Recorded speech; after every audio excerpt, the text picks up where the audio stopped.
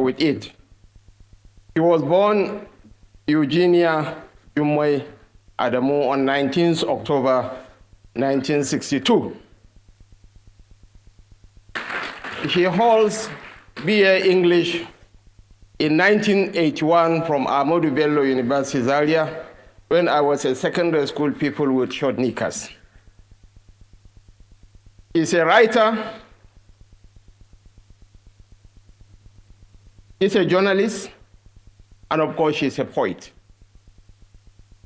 He holds an MSc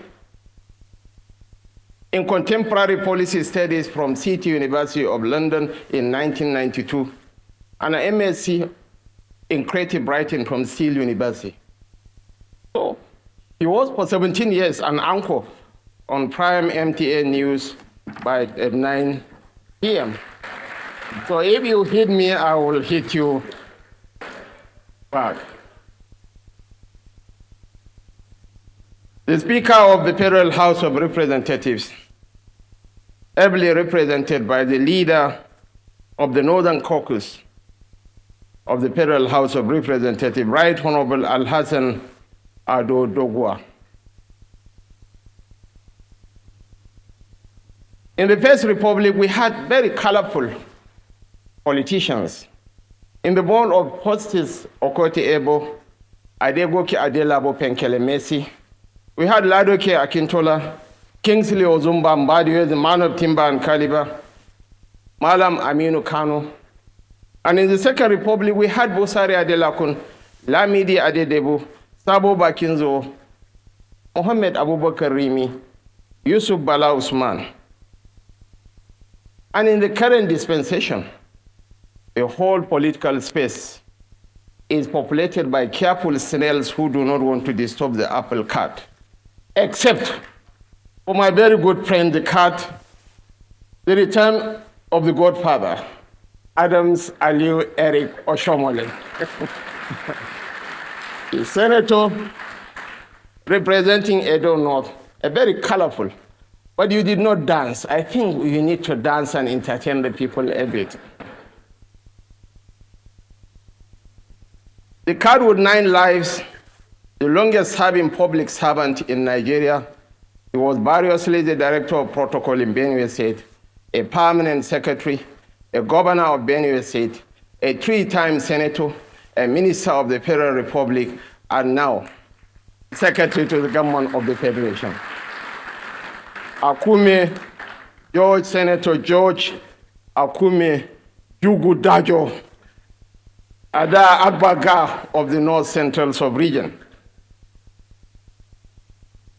So when they were helping him to come down the steps, it wasn't true.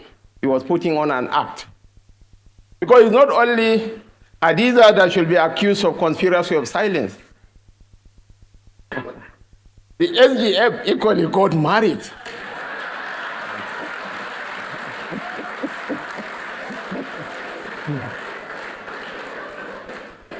So if Hadiza is going to be forgiven, the SGF should also plead guilty and be forgiven. The Chief of Staff to Mr. President, my brother, Right Honorable Pemi Bajabia Mila, my colleagues in the Federal Executive Council, too numerous to mention. The Minister of Agriculture and Food Security, the Honorable Minister of Health, Information and National Orientation, Water Resources, Youth Development, Skill Development, Minister of State FCT, Honorable Minister of State Education, Honorable Minister of State Health, the Honorable Minister of State Works, and the Honorable Minister of State Industry, Senator John Owa Eno. Of course, the Deputy Governor of Yobe State, representing his governor, Idi Berde Kubana. Our dear celebrant, the head girl, Special Advisor to the President on Policy and Coordination, Hadiza Bala-Usman. I would rather not use that word Hajia. He's not fond of it either.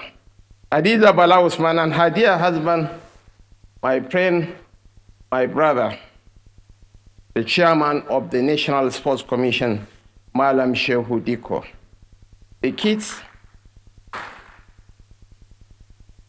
and members of the Usman Liman Durbin Kasina family, the Director General of NEMA, Ms. Zubaida Umar, who was part of the conspiracy of silence that denied us the knowledge of the consummation of the marriage, the Registrar General of the Corporate Affairs Commission, Hussein Ishaq Magaji, the MD of NNPC Trading Limited, Mariam Sani Idris, my very good brother, the CG of Customs, Bashir Adewale Adeni, Special Advisor to the President on Special Duties, Dr. Aliu Umar Modibo, and other senior presidential aides, Deputy Governor CBN Mohammed Detijo, heads of government agencies and parastatals, members of the diplomatic corps.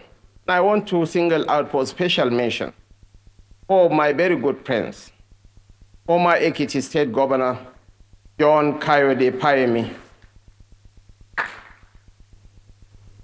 former Attorney General of the Federation and Minister of Justice, the erudite and highly principled Mohammed Bello Adoke SAN, former Secretary to the Government of the Federation, Mr. Boss Gida Mustafa, and of course,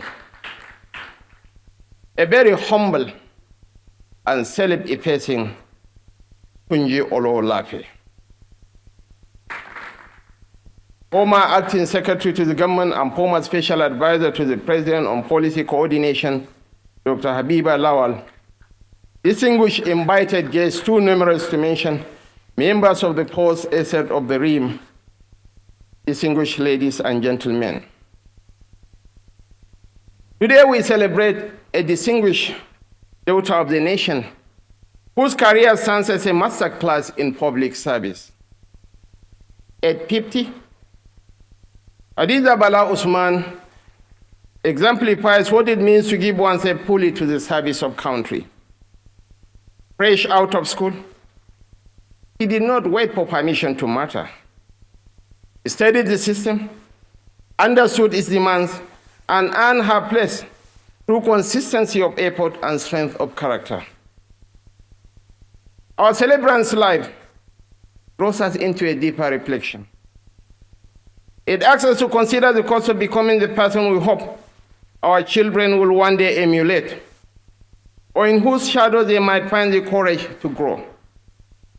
She is the daughter of the unforgettable, irrepressible Dr. Yusuf Bala-Usman, a prince who owned his princely roots and privileges, an extraordinary intellectual who lived a life of purpose, a man who committed his years to the struggle for justice, for the people, and for the nation. I committed to memory the entire speech he delivered at the defunct Citizens Lecture on the National Question. His speech was titled, "The National Question Beyond Fairy Tales." It was later on transformed into a book, The Inheritance of Courage that she got did not fade with time. It took root. It shaped our celebrant sense of duty and explains the steadiness that has marked her public life. There is no doubt that Hadiza's place in our public service history is secure. This is so because it was not built on spectacle, nor did it rely on applause. What he has become was a product of decisions taken quietly, responsibilities carried fully, and institutions strengthened with care. This is how influence is earned. And this, Your Excellencies, distinguished ladies and gentlemen, is why she has become one of the steady hands shaping our national direction. It is also that same grounding that places her at the heart of humanitarian action. The ultimate measure of a man, according to Martin Luther King Jr., is not why he stands at times of comfort and convenience, but why he stands at times of conflict and challenges. During one of Nigeria's darkest moments, he answered the call of conscience.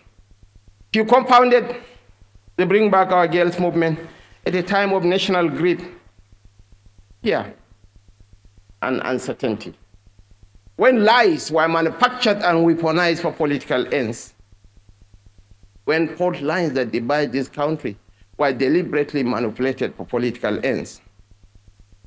I was an active participant in that moment and saw firsthand how she stood firm. She demanded accountability, and she insisted on justice. It was a reminder for all of us in public service that service to country begins before and after office, and even without a title.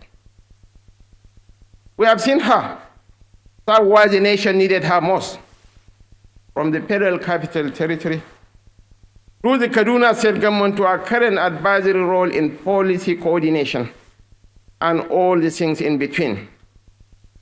Today, is rightly and fondly praises the head girl of a refined generation of public servants, bridging the gap between the new and old guards. What has not been noted enough about our celebrant is that he is emerging from a part of the country where many young women still search for proof that ambition such as hers is permitted. Indeed, her journey required courage, and is why she has become that proof. She's a mirror, not only for the northern girl, but for the nation itself. This is even more so because her career unfolded in public view. Its trials were visible. Its demands were exacting. Its rewards were earned. Nigeria watched her grow into responsibility early, stepping into policy spaces where many are still finding their voice. Nothing about her rise was accidental. It was deliberate. It was earned. It was sustained by a faithful commitment to the difficult work of building a functional nation. As you mark this golden milestone, dear Hadiza, we celebrate a rare combination of gifts: grace, strengthened by grit; clarity, guided by courage; vision, anchored in service. You have shown by example that excellence in public life is a daily discipline. You are truly the head girl, a bundle of talents and tantrums. It's cheaper to be a friend to Hadiza than an enemy, because she is capable of defending her turf. I have no doubt that your parents will both have shared in the pride we feel today, the pride of this nation. And this moment must speak beyond celebration. It must speak to continuity. If we are to raise more generations of Nigerians ready to lead with purpose, to deliver with excellence, and to serve with courage, we must remember this truth: intention without the willingness to pay the price of service remains wishful thinking. So on behalf of a grateful nation and a proud presidency, I wish Idu Ikong Allah a happy 50th birthday.